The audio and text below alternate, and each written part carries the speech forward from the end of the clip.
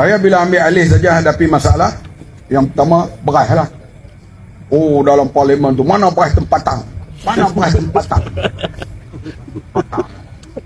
Itu sebenarnya isu beras ini berlaku bukan orang nak sangat beras tempatan, orang nak beras murah. Dia berlaku bila sebelum pilihan raya kerajaan India stop kurangkan ekspor beras putih. Sebelum tu beras tempatan RM26, beras putih dalam 30, 31, 32. Orang ni tak tahulah mentaliti orang, dia suka ni barang luar. Buang pelam kita sedap, dia pergi cari pelam siam. Itu ada dua makna tu.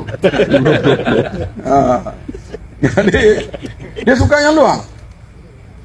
Dia tengok padahal gadis Melayu ni cukup serak. Dia tengok pelancong asing main terbelik je mata, padahal hak duk kampung kita tu, hak duk mandi telaga tu serak nak mampu.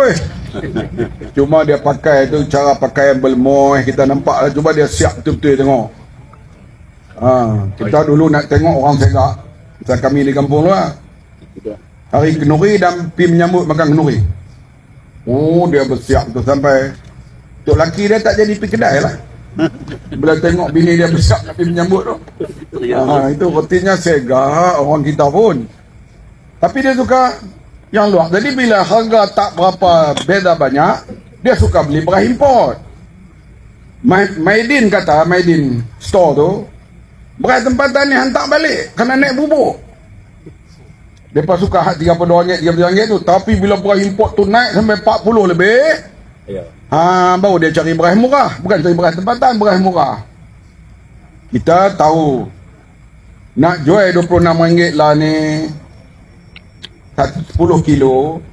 Kita bukan hanya pada petani, pengedar, pengilang, kita kena bincang semua.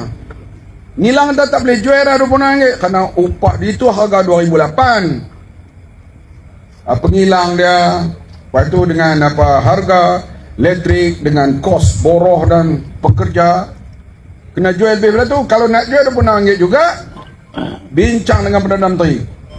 Perdana Menteri kita ni pula, dan semua tuan-tuan nak tahu, nak naikkan harga ni cukup payah. Ayam tu nak hapus subsidi tu, saya ulang dengan tim berapa kali tu.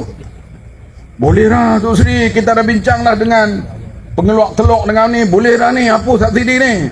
Dia kata, Mat, nanti naik harga ni teruk kita kena ni. Dia kata, kali ni dah. Lama-lama dia pun setuju. Bila dia setuju, kita umum lah. Tengok-tengok harga ayam stabil sampai gelap. Telur pun begitu.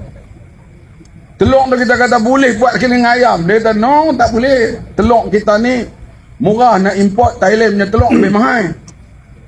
Singapura memang tak ada telur.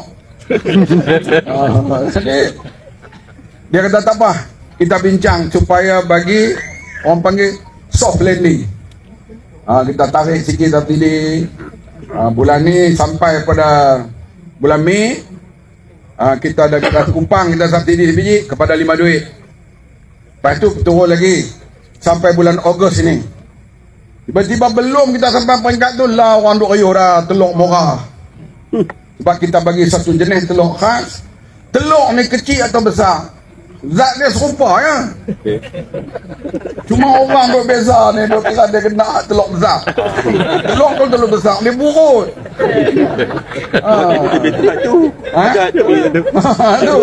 Jadi telur kecil lah ni agak murah dan semua duk tulis dalam ni, duk pujilah Mamat lah ni. Pujilah sak kot, esok jadi bapa naik balik kena mati teruk balik.